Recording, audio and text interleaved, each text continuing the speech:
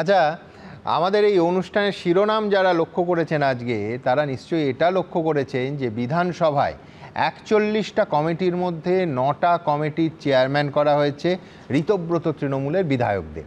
এইটা আমরা শিরোনামে রেখেছিলাম। নওশাদ সিদ্দিকী একটা কমিটির চেয়ারম্যান হয়েছেন এবং একটা কমিটির মাথাতেও ঠাঁই পাননি কালীঘাট তৃণমূলের একজন বিধায়কও।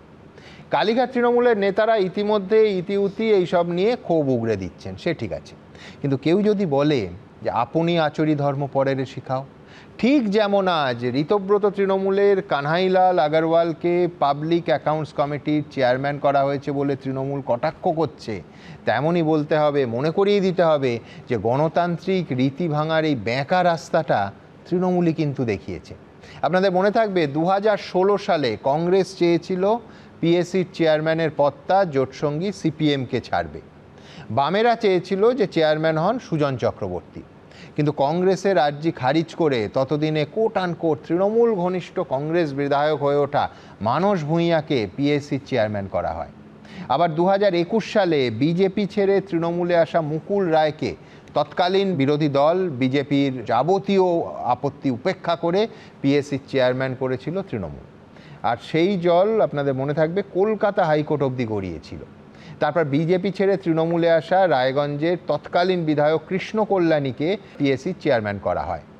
এখন প্রদীপ্তকে যদি আমি বলি যে ধর্মের কল বাতাসে নড়ে, কিংবা তৃণমূল মানে গত ১৫ বছরে যা যা করেছে এখন তৃণমূল সুদে আসলে সেটাই ফেরত পাচ্ছে, সেটা কি খুব ভুল হবে? আমি এক মিনিট প্রদীপ্ত বলার আগে, এই আপনি যে প্রসঙ্গ পিএসসি চেয়ারম্যান বলেছেন, চিরকাল পিএসসি প্রধান বিরোধী দল পায় পিএসসি চেয়ারম্যানের পোস্ট। এবারের বিধানসভাতেও প্রধান বিরোধী দল পেয়েছে। প্রধান যারা বিরোধী দল, যাদের বিরোধী নেতা, তারাই পিএসসি পেয়েছে।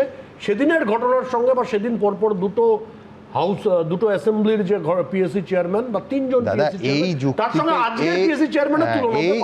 যুক্তিতেই মুকুল রায় থেকে কৃষ্ণ কল্যাণী এই যুক্তিতেই পেতেন, কোনো অসুবিধা নেই। মানস ভূঁইয়াকেও বলা হয়েছিল যে বিরোধী তো, কিন্তু আমাদের পছন্দের বিরোধী।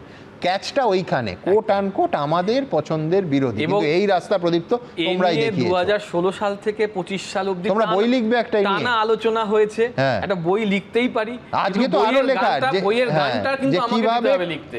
ইন্দ্রনীল সেনকে অনুরোধ করব ওই গানটা আমাকে একটু ধার দিতে।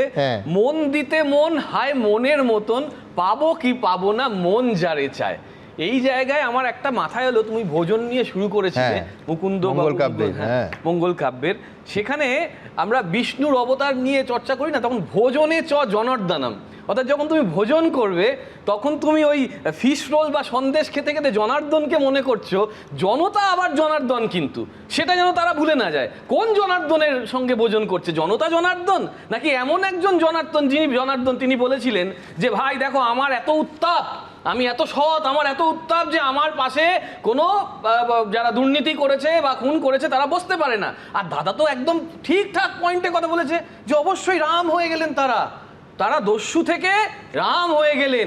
এই যে দস্যু থেকে রামের যে জার্নি, এটা ভোজ রাজনীতি নাকি ভোজবাজি, সেটা কিন্তু বাংলার জনগণ নজর রাখছে। দাদা, বিজেপির তৃণমূলীকরণ নিয়ে স্যার কথা বললেন, আমার তখন হঠাৎ করে শ্রমিকবাবু সেই সুন্দর শব্দ দারুণ কাব্যিকভাবে বলতো, এসো আমার ঘরে এসো, আর কতদিন লুকিয়ে থাকবে। এ তো সেই জিনিস দেখছি যে শ্রমিকবাবু চলে গেলেন পার্থবাবু নাটক দেখতে, হঠাৎ করে কি ভালো নাটক দেখে এলেন। আমাদের এক মুখপাত্র মৃত্যুঞ্জয় পাল, সে একটা নির্দিষ্ট শব্দবন্ধ ব্যবহার করলো যে এই নাটক দেখতে গেলেন সব ঠিক আছে, কিন্তু ওখানে ব্যারাকপুরের নিবাসীরা মার খাচ্ছে, আপনি ওখানে দেখতে যাবেন তো? তখন অসুবিধা হবে না? তখন এই শৌখিন্য থাকবে না তো? তখন কিন্তু সেখান থেকে ফোন এসছিল, এই কুণাল তোমার দেখো মৃত্যুন একটা কি করছে, এটা কিন্তু করতে দিও না, ওকে ওটা মুছতে বলো। মৃত্যুন সেদিন মোছেনি, তাই মৃত্যুন আজও রাস্তায় আছে, আর ওখানে পোস্টার পড়ছে যে দাদা এই যে বিশ্বাসঘাতক হইতে সাবধান। আমি আমার মতন করে বললাম যে বিশ্বাসঘাতক। আমি বলছি যে ধরো এই যে মানে ডাকাতেরা, মানে আমি বলছি এই বাল্মীকি এবং তার পূর্বাশ্রম এবং তার মানে সাধুর বেশ, এই সমস্ত ডাকাতেরা তার মানে তৃণমূলেই যোগ হয়েছিল, বলো? ওখানে জড়ো ছিল। আমার একটা পয়েন্ট আমি লিখে রেখেছি, প্লিজ অ্যালাউ করবে বলো না শেষ করতে।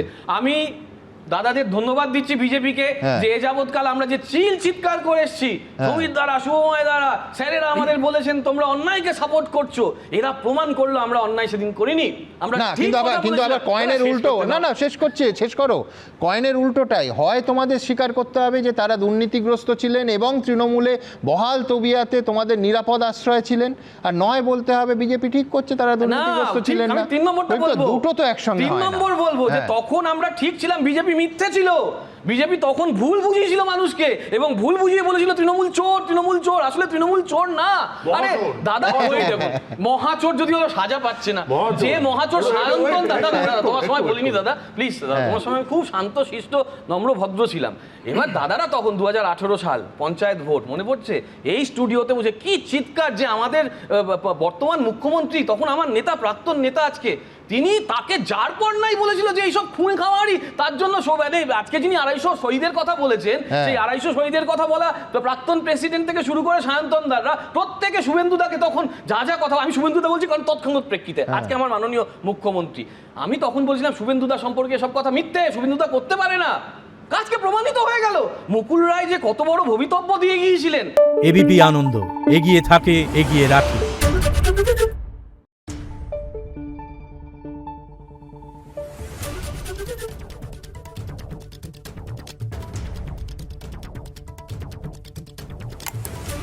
Thank you.